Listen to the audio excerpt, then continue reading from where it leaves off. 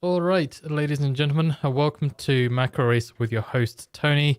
Let's get through it. We've got non-farm payrolls and the Canadian employment change data. Some people are saying, FXG saying today NFP seems so critical technically. FX Boy says NFP will move the market up and down. Be careful, guys.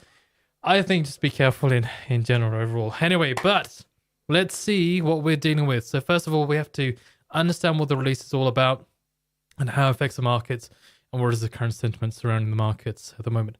So non-farm payrolls represents the net amount of jobs created within the prior month. Okay, so you have two surveys. You have the household survey, where the unemployment rate is derived from, and then you have the establishment survey, where you get the non-farm payrolls figure from. Okay, so 666,000 corporate government work sites are surveyed. Okay, and they in total they survey 120,000 or so different businesses. Okay, so you have the businesses and government agents, and part of those are part of the different government agencies, and then you have the work sites that kind of make up those businesses. Okay, so how does it affect the markets, the currency in this current environment when we've seen stronger than expected non-farm payrolls figure, or much better than expected non-farm payrolls figures? You've seen the currency appreciate in the expectation that the Federal Reserve is going to do more with tightening interest rates or monetary policy, and also the expectation for where the terminal rate will end up going can also go much higher. Then on the flip side for the stock market, if you do get a better than expected non-farm payrolls read in this current tightening environment, that doesn't bode well for the stock market. Again, pricing in a higher terminal rate from the Federal Reserve, and also means with a higher rate of interest, that's going to have a bigger damaging effect on those businesses that rely on or that are rate sensitive or have already been impacted by the quickness in the rate hiking path of the Federal Reserve already. So that's another thing for the stock market to bear in mind. So the short-term reaction and also the longer-term reaction as well to kind of bear in mind. Then if we're looking at the bond market, more or less simple. Whenever rates are raised, or whenever you have strong data, usually what happens is bond prices see a movement towards the downside and bond yields move towards the upside. Again, it's an anticipation. First of all, it's without the hiking cycle, it shows that the economy is doing well and can manage and it can continue to develop and is strong. On the flip side, in this current environment, you have bond yields moving higher in anticipation of a higher rate or more monetary policy tightening to get things under control by the Federal Reserve. So that's how it affects the markets in a simple way. Hello, Dragan. Hello to you. Then the indicators weighing on sentiment at the moment, right? So you have inflation at 6.4% compared to 6.5%. The PC price index at 5.4% compared to 5%. GDP was for Q4, so this is the second estimate data. It was for the advanced data 2.9%. Again, a second read of that at 2.7%. So not as good as the third quarter data or the final data that we had at 3.2% for Q3, but still in that positive territory. Okay, but you do see a decline in productivity within the US. The unemployment rate hit a 53-year low as well the last time around at 3.4% compared to 3.5%. The ISM Manufacturing Employment Index of 49.1 compared to the prior 50.6. And the JOLTS data that we had this week as well. So JOLTS came in hotter than expected compared to the forecast, but compared to the prior as at 10.84 million compared to the prior of 11.012 million. So off the back of that JOLTS data, what we had seen is that the dollar had seen a bit of an appreciation and the stock market and the S&P 500 had taken a hit. Again, it's the expectation that the economy is doing quite well and is strong enough for the Federal Reserve to continue to hike, or to prove to the Federal Reserve that they need to still do more work to bring the economy and the expected inflation from people having more from the expectation that more people have jobs, and they have more income to spend to try and bring that under control.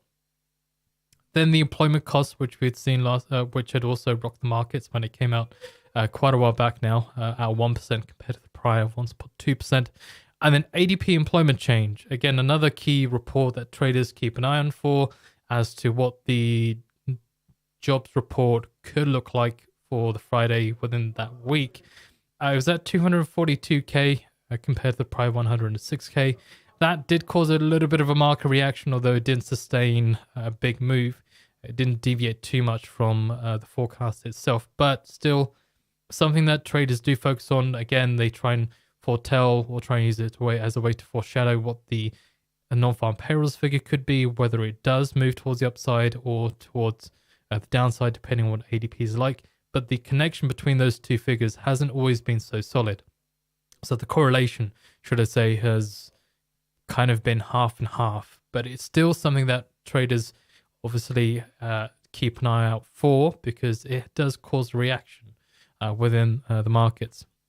Now, the triggers then for the economic release for non-farm payrolls. The high estimate, or what the economists are looking at, is 325K. Now, the median estimate that we have for non-farm payrolls is 225K.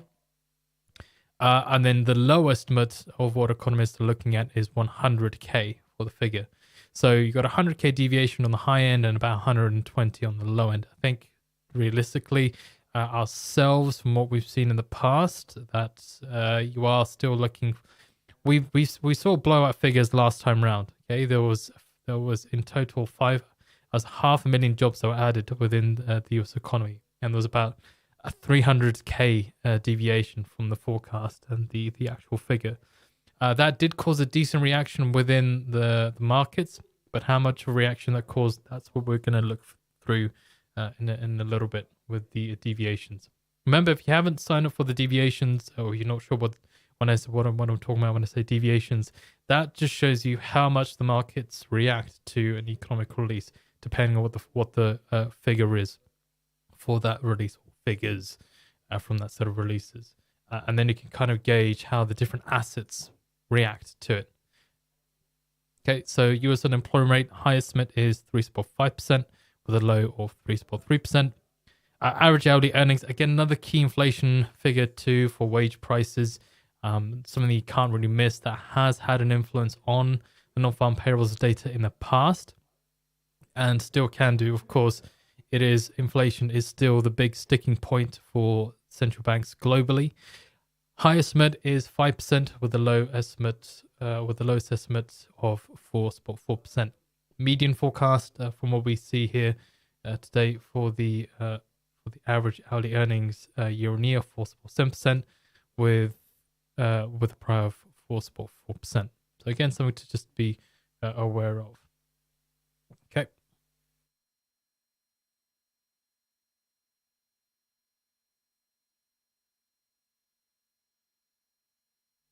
All right, so if we carry on, so private payrolls with a high estimate of 300K and a low estimate of 125K. And then the investment bank views as well. So Societe Generale see non-farm payrolls coming in at 280K with the unemployment rate at 3.4%.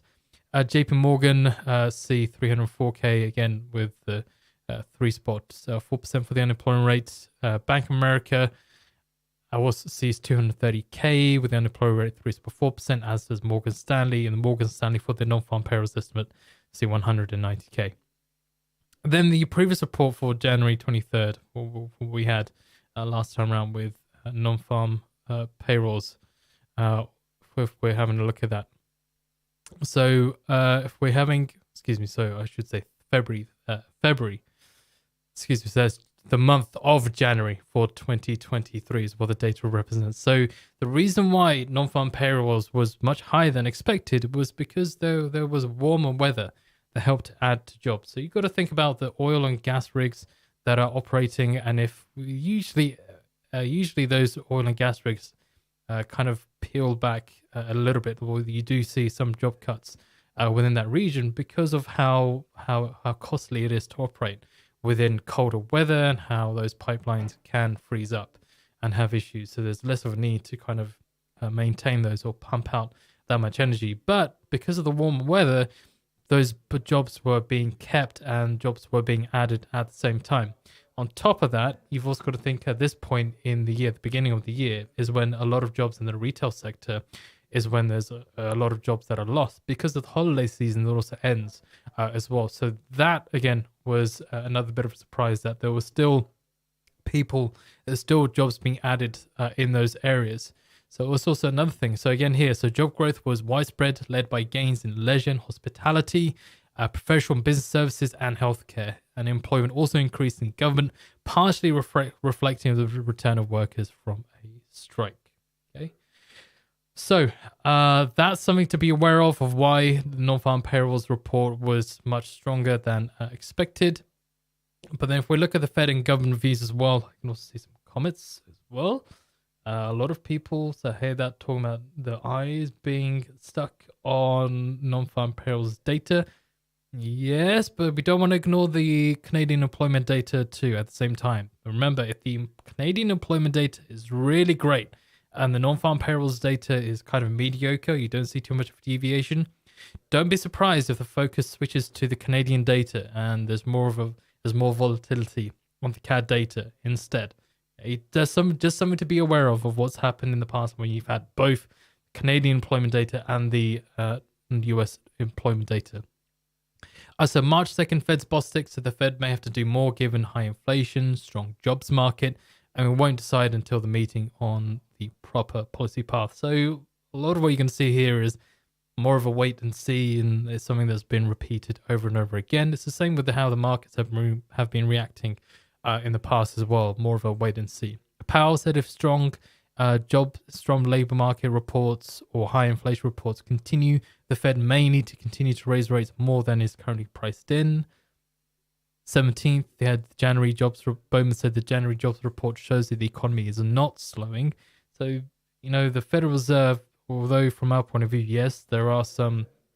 Remember, a lot of revisions happen at the beginning of the year with the non-farm payrolls report. So there's also that element that's kind of that is added into the report itself. But again, this holiday season is a little bit more of a surprise from what we'd seen, or from what we usually see with non-farm payrolls at around this time.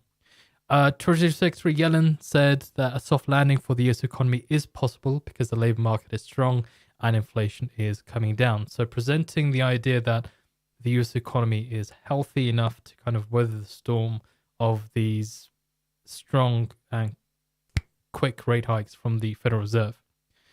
Then investment bank views. ING said raw data suggests it was more of a case of warm weather, something I mentioned at the beginning, reducing the usual seasonal firings with favorable seasonal adjustments, providing an additional boost. So ING said that February is likely to revert to the 200k trend with downside risks for the coming month as the layoffs rise. Also to remember, with non-farm payrolls, the last 10 reports, it has been higher than expected.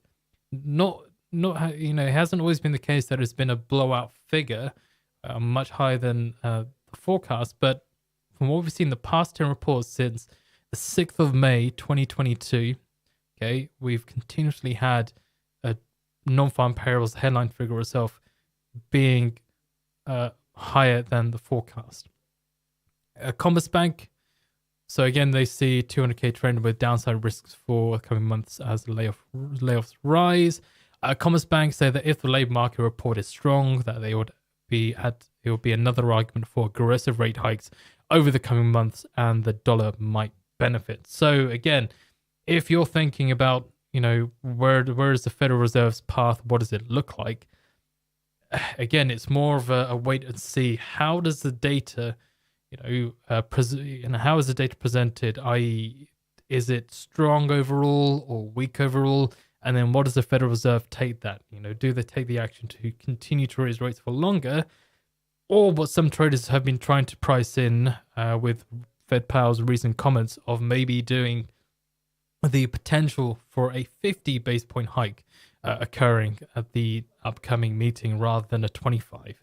So that's something that first of all, we need to wait for non-farm payrolls today. And we need to wait for the PPI and CPI reports that we get next week from the US, okay, to kind of solidify what the Federal Reserve might do at its upcoming meeting. So here's the first step, or the first block to see which way the Federal Reserve goes. Don't forget, if you're watching this live, to share this with your fellow friends and traders as well. Get the word out there if you find this information useful. Now, we're going to look at the past release, okay, of how the non-farm payrolls data reacted, okay? So this is old. This is just a retrospectively kind of see how the markets reacted to the data. So this is about 10 seconds before the release back on February the 3rd. And if I kind of let the countdown occur, you can see, of course, normally the non-volatility that kind of creeps in before non-farm payrolls comes through.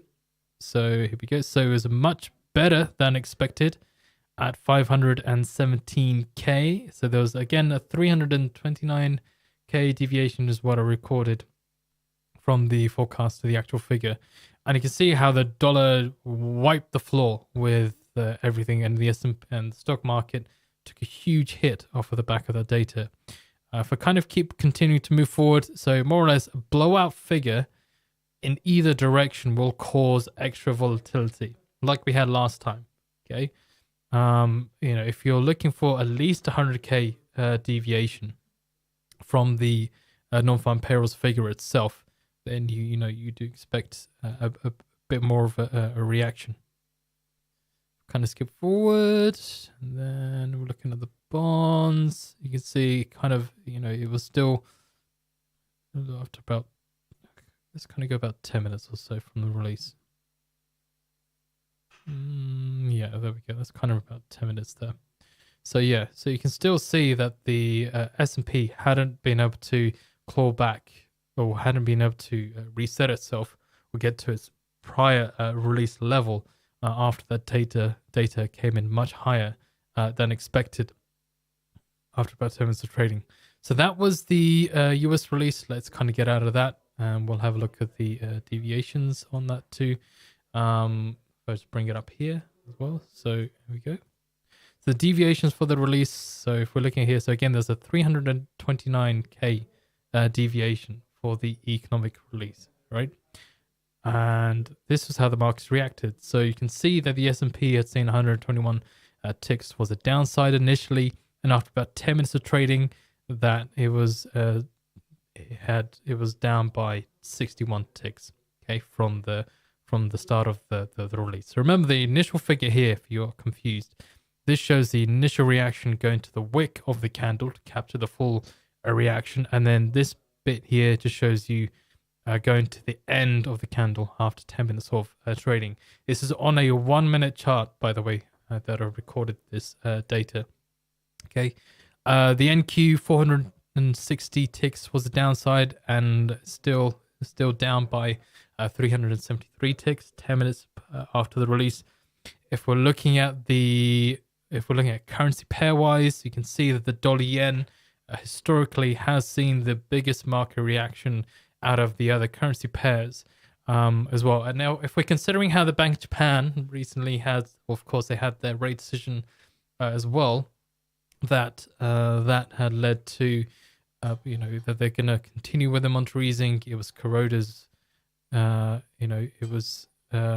Kuroda's last meeting with the Bank of Japan, and if they're going to continue with the monetary easing, we could continue to see that the dollar yen has the strongest market reaction. And then if we're looking to the bond market as well, the 2-year is the most sensitive to interest rates, okay, and has been the most sensitive to other economic releases and market reactions. So we can see here, the 2-year had the biggest market reaction out of the 2 and 30-year. So you'd seen 52 ticks was the downside, and after about 10 minutes of trading, it was still down by about 53 ticks. Whereas the 30-year was down by 36 ticks, and then after about 10 minutes, 43. So this, particularly if you want to understand, again, is showing you how much the markets react to the economic release, depending on what the figure is and how big the deviation is. That's what the deviations are all about. Hopefully whoever's, subscribed to the mailing list, which I'll put the link in the chat for you. If you found this useful, then always give me your feedback. Let me know. Is it working or is it not working? Is it useful or is it rubbish? That's what I want to know. So that is the non-farm payrolls data. So if we're looking, if we do get a blowout figure of more than 100K of a deviation for non-farm payrolls, you'd expect more volatility to creep in. But if you're getting sub 100K deviation on the headline figure itself, then you're looking to the other bits of data too. Is the unemployment rate heading further down, or does it head up? And how's private payrolls? And what is average earnings like? If average earnings, or the wage price spiral that the Fed is afraid of or is cautious of, if wages continue to climb, then that could add some mixed volatility, or cause more of a mixed reaction in the markets, and you won't get a clear direction with which way the markets are going. If the data is more or less in line with expectation, one way the market could take it is that employment is slowing down, and that could be a positive sign for the stock market, that the Federal Reserve doesn't have to do that much of a job to bring down employment or productivity within the US to the ultimate goal to bring down inflation. But the flip side of the argument is that maybe employment is still solid and it's not come down as much as the market wants it to. And that could cause the flip side, where actually the stock market takes it in a bad way, and then you see a negative reaction from the stock market and more of a positive reaction from the dollar. Or the third way is that if the data comes in with expectation, you get more of a whipsaw reaction within the markets, and then the markets will try and decide which way it goes. So that's non-farm payrolls. Canadian employment change. Let's go right into the next one. So let's go here. We got about 8 minutes left. I'll try and get through this here. So again, same thing. Measures changes in new jobs being added. Includes both full-time and part-time. Then same thing with the currency. Better than expected report is good for the Canadian dollar. Bond market, bond yields would appreciate. If you do get a stronger report, stocks would hate it. They don't like strong jobs report in this current tightening environment with the central bank. Remember, the Bank of Canada went with no change. So if the data is much stronger than expected, that could shift the Bank of Canada's thoughts on whether to start raising rates again, or if they will continue to hold rates. 5 straight months of increases with the Canadian employment change, and most of those gains were in wholesale and retail trade, healthcare, social assistance, and educational services. The only withdrawal was employment decline in transportation warehousing. So a lot of those gains came from non-permanent residents, or more of the migrants immigrants who have come to the country, who have taken up a lot of those jobs. So that's one reason as to why it was much stronger than expected report itself. Where is the economy at the moment? Inflation at 5.9 compared to the prior 6.3%. GDP data worse compared to Q3 at 0% for Q4. GDP month to month also in the negative. GDP month to month in the negative at minus 0.1% compared to 0.1%.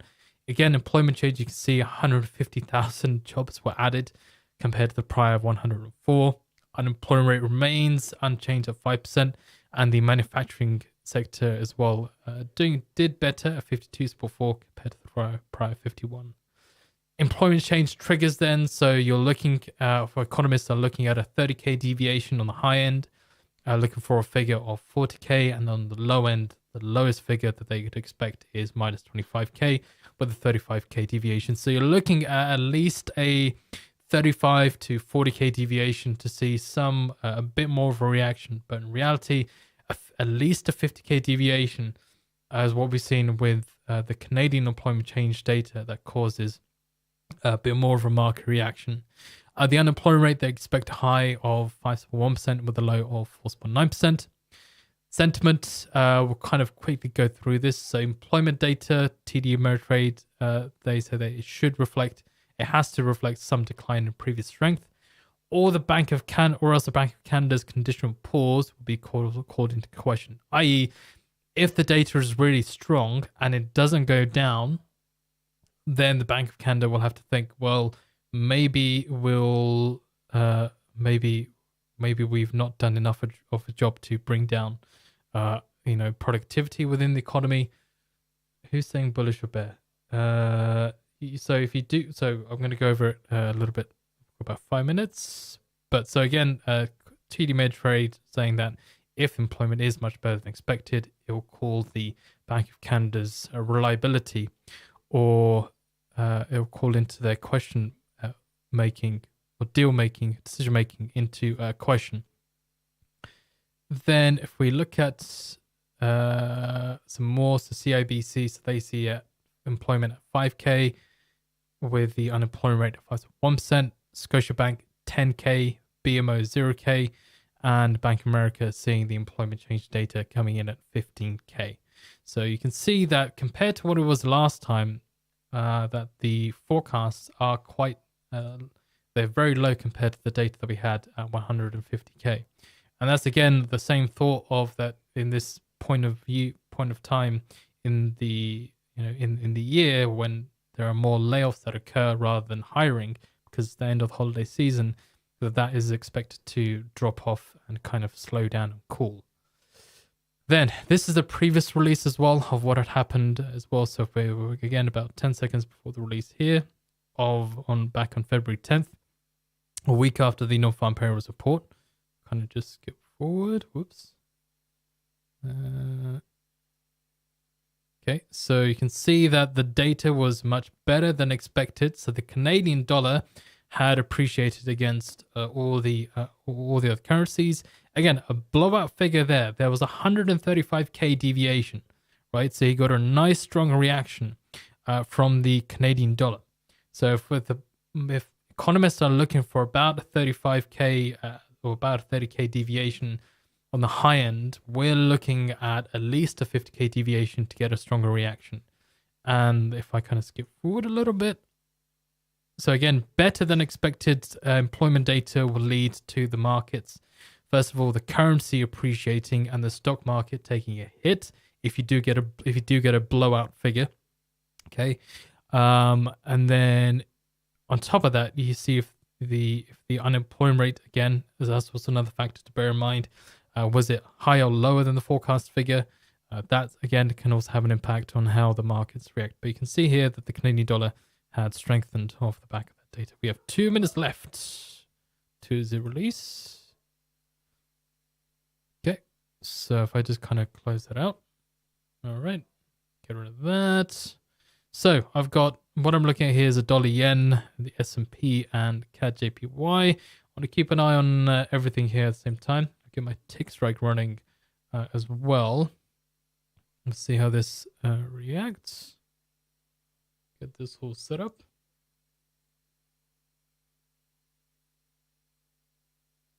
Okay, so got stocks here. Let's get dollar yen here. Okay, we'll keep gold as well. This side. Let's also get CAD JPY. So bear in mind, with dollar CAD, it depends which, but less than a minute now.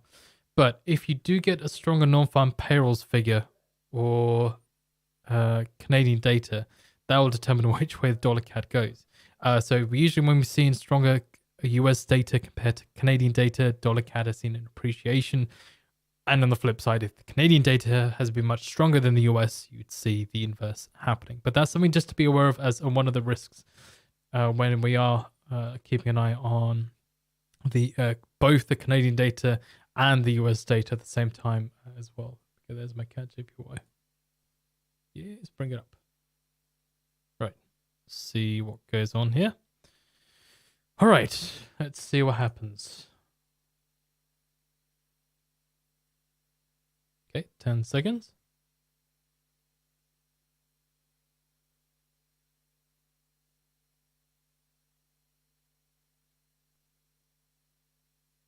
Okay, 311K, 311K, that's higher than the forecast of 225K. Also, looking at the unemployment rate, 3.6%, 3.6%. That's higher than the forecast of 3.4%. Average earnings year on year down 4.6%, 4.6% lower than the forecast of 4.7%. Canadian employment change at 21.8k, 21.8k, higher than the forecast of 10k. Unemployment rate for Canada 5%, 5% lower than the forecast of 5.1%. And then looking at the private payrolls, 265k, 265k, higher than the forecast of 215k. Remember I said, keep an eye on the, so now we're seeing a bit of a reversal here on the, so you've seen the initial move towards the downside on the S&P. Okay, you had the data that was higher than expected, but we didn't get at least 100k deviation, or near enough. We kind of got close to it. But you can still see there that the markets for the S&P has done. It's, first of all, not that much of a deviation from the non-farm payrolls, near enough 100k deviation, but didn't quite hit it. Second of all, you've also got the average earnings. The earnings is also better than forecast. It was also lower than the forecast. So you can also hear TICKSTRIKE going off. Actually, you might be able to hear it from my headphones. Canadian data. So if we look at CAD JPY, again, not too much of a deviation there. So seeing Canadian dollar weakening. Then we'll have a look at the dollar CAD and see what's going on here too. Let's see what's going on. Let's see what we got. Hold on. Whoops. Get rid of that. Let's see.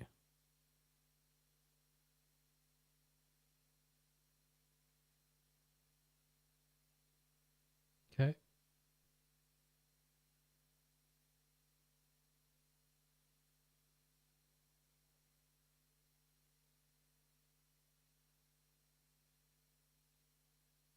All right. Let's see what's going on. Let's see. Dollar CAD. So dollar CAD, yeah. See the move towards the downside. So look at GBP CAD. See if that Canadian dollar weakness has kind of followed elsewhere. Yes, it did. So again, no blowout figure from the Canadian data. Okay, there's not much of a deviation. So positives for the stock market. Okay, let's kind of run through it back. First of all, didn't get the 100k deviation for non-farm payrolls. Second, average earnings was also lower than expected at 4.6% compared to 4.7%. So remember, inflation is still a key driver, an important thing for the markets to be aware of. How strong is the wages within the US, and we can see that it is higher than the previous figure, but it was still weaker than what the economists were expecting. So that's what's helping the S&P move towards the upside here off the back of that data. Then if we go back to Canada again, I said not too much of a deviation, and the unemployment rate did kind of creep down by 0.1% compared to the forecast, but not a blowout figure. Same for if we're looking at the Canadian participation rate. Again, no blowout figures here. So you're seeing a bit more of a cooling that is occurring within the economy, and more or less the central bank itself, remember, doesn't have to do, in the Bank of Canada, probably won't have to change their tune, and we can continue holding rates where they are instead. So that's the takeaway that I get from it here. Still see S&P trying to move up here as the dollar yen is going down. Okay, let's see what's going on. What else is going on here? Right.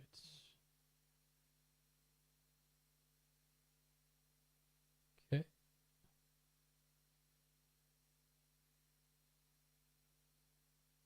All right. So let's do some quick measurements as well.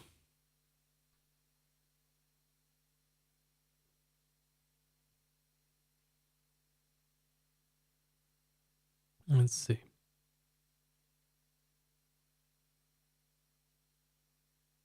No, so 65 ticks was the upside on the S&P. Let's see how many pips we had seen here. All right. See what the dollar yen was doing. Okay, that was 56, about 57 pips. It's about 56, 57 pips there. Also looking at the, if we're looking at the market, we'll see how the rest of the market reacted. So Fed swaps downgrade odds of 50 basis point rate hike to under 50%. So that's why the S&P is enjoying itself at the moment. And the dollar isn't. Okay, so still seeing further weakness from the dollar here.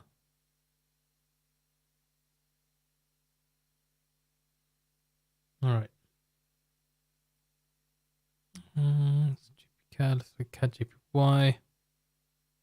So more or less a lovely time for the market. So the more better than expected picture for the markets that was being presented. A less hawkish perspective or sentiment being thrown around now. So if we're looking here, at JPY, that is 39, yeah, about 39 pips down. Dollar CAD. So what we can see here is that the US data is taking more precedence at the moment. Okay, it's 29.5 pips down. Let's also look to gold too. I'm not going to forget gold. Cannot forget that. Let's see what we got.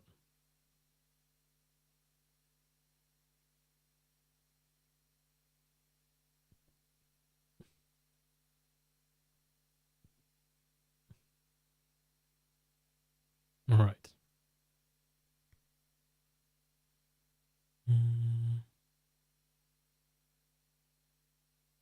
Okay, 85 ticks there.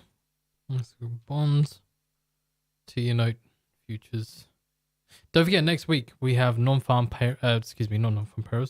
We have the CPI data from the US, including the PPI data as well. So there's still a couple bits more to be aware of. So 80 ticks towards the upside on the 2-year bond. On 2-year bond there. Okay, so that's kind of done. It's done nicely. 81 ticks. So overall, not a blowout figure from the US, smaller than the previous figure, but again, so again, I think with that, look for that at least of 100K figure from the US for Nonfarm Payrolls is kind of, you know, more or less right. I think, well, would have seen if it was more than 100K, what it would have done. All right, so let's have a look here. So don't forget, who is, somebody said Real Idiot said it's all cooked.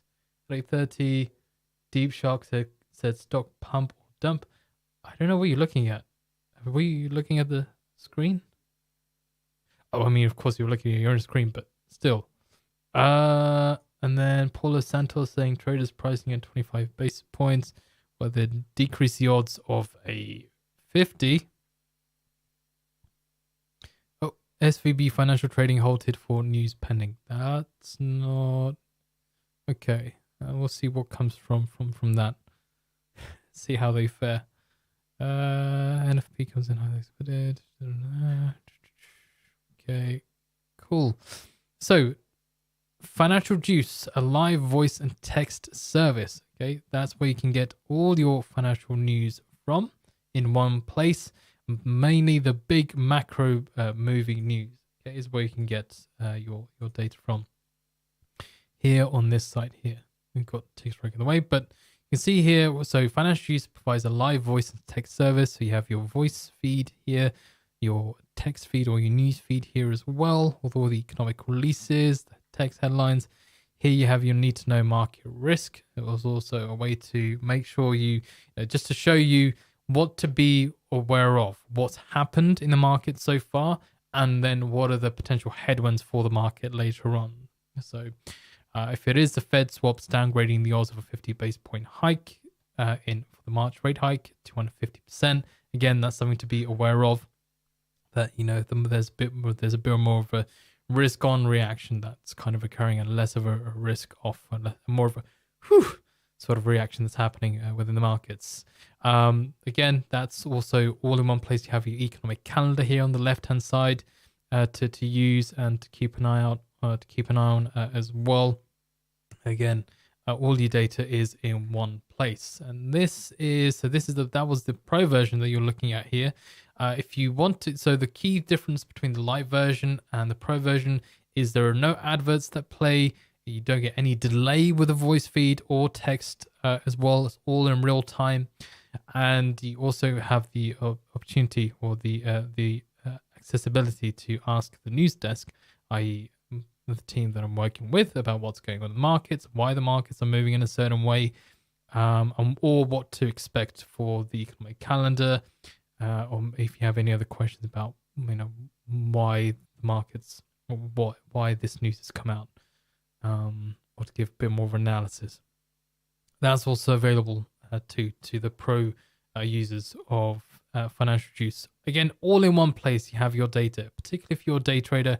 You want to keep things all together in one place. Your text headlines, your economic releases, your calendar, all in one area. Now that you can, so if you wanted to go to if you wanted to sign up for the pro version, you definitely can. That link is here. First of all, before you pay for the pro service of FinancialJuice, first, if you do decide to do that straight away, first you need to have an account on FinancialJuice, okay, with your own login, details and so on, and you need to verify your account through your email address, then come back, and then if you do want to go pro, you will have a go pro button here. Once you've paid for that, then go back to the website, log out, then log back in. That acts as a verification, and then you'll be able to enjoy the pro version of FinancialJuice. Remember, retail traders don't really have access to a live voice and text service. It's usually the big boys, right? The big boys at the investment banks that have access to a live voice and text service, okay? And then everyone else is kind of left to the wind, and you're just looking at the charts and the technicals. That's fine if that works for you, but you want to know why the markets are moving in a certain way, then have a live voice and text service. There's also the free version too, the live version. Okay, if you're not ready to go with the pro version, that's perfectly fine. Totally up to you. Still useful for you to use and have a look at as well. But again, that's something just to be aware of, that is there. I've put the link in the chat. Then of course we have we also have unusual activity as well. So if you like trading high probability stocks, futures, FX, and crypto breakouts in real time, you can sign up to unusual activity and have a play with that too, and then have a go with that too. That's quite useful as well. What else do we have? And then finally, don't forget to, as I said, you do have the MACROACE mailing list that I did. If you wanted the access to the deviations, you can definitely have a little play with it there. Again, the deviations showing you how the markets have reacted to economic releases in the past, so you can kind of gauge what sort of expectation yourself, make your own informed choice as to what decision you would take, depending on what the release is like itself. Okay, so that's MACROACE, and that is also FinancialJuice. TICKSTRIKE is the last little bit, and then I will shush my mush, and you guys can then enjoy your weekend. So here we go. So TICKSTRIKE, what it does is it allows you to listen to and see how strong the buying or selling momentum is within different assets. Okay, so at the moment you can see here that I've got, so that includes in Forex, in crypto, in stocks, in futures, and also internals like your VIX. Okay, you can see how strong the buying or selling momentum is within those different assets. So here, this box here is what we call the ticker. And this represents, so the plus sign represents the buying momentum, and then the flip side represents the selling momentum. The numbers on a slider here, as you can see here, you see 1. This goes from 1 to 15. Level 1 is the most sensitive to market reactions. So when there's a little bit of buying or selling that occurs within the market, then you'll see TICKSTRIKE pop off and give you an audio and visual alert. If you only want to trade when there is a big amount of buying or selling momentum, you can drag this all the way up to level 15 or whichever level suits you. And 15 is the least sensitive to market reactions. Okay, so only when there's a big move that occurs does TICKSTRIKE give you a visual audio alert. So feel free to chop and change whatever you want to do with it. Okay, whatever kind of works for you. But that is TICKSTRIKE in a nutshell. So if you're a day trader, you're scalping the markets, or you want to capitalize on potential trade or manage your risk, then there's another tool to add to your arsenal. So why not? There's also a 7-day free trial of this as well, of TICKSTRIKE. So have a little go, have a little play, see what works for you. And don't forget, next week, CPI. Okay, we've got the ECB interest rate decision as well, and PPI too. So thank you very much. Yes, thank you to you, Sludge. Nice work as usual. Dragon says cheers. Wild Shirt says thank you, Tony. Have a great weekend. Have a great weekend to you guys as well. Thank you very much for joining. Don't forget to like the video, share it, subscribe to the channel, stay up to date with the MACROACE mailing list. Just to let you know, in that mailing list is provided a short summary of what to expect for the week ahead in the US, Europe, and Asia session, and a summary of the weekend news, and with a link to the deviations for the upcoming releases for that week, and also the live streams. The text, there isn't a lot of, there are no charts or funky images that are put in there. It's quite simple because the honey is when I talk to you guys here in this live stream and kind of run you through what to expect for the economic release. All right. Other than that, thank you very much. Have a wonderful weekend, and I will see you next week for inflation and the ECB. All right. Goodbye.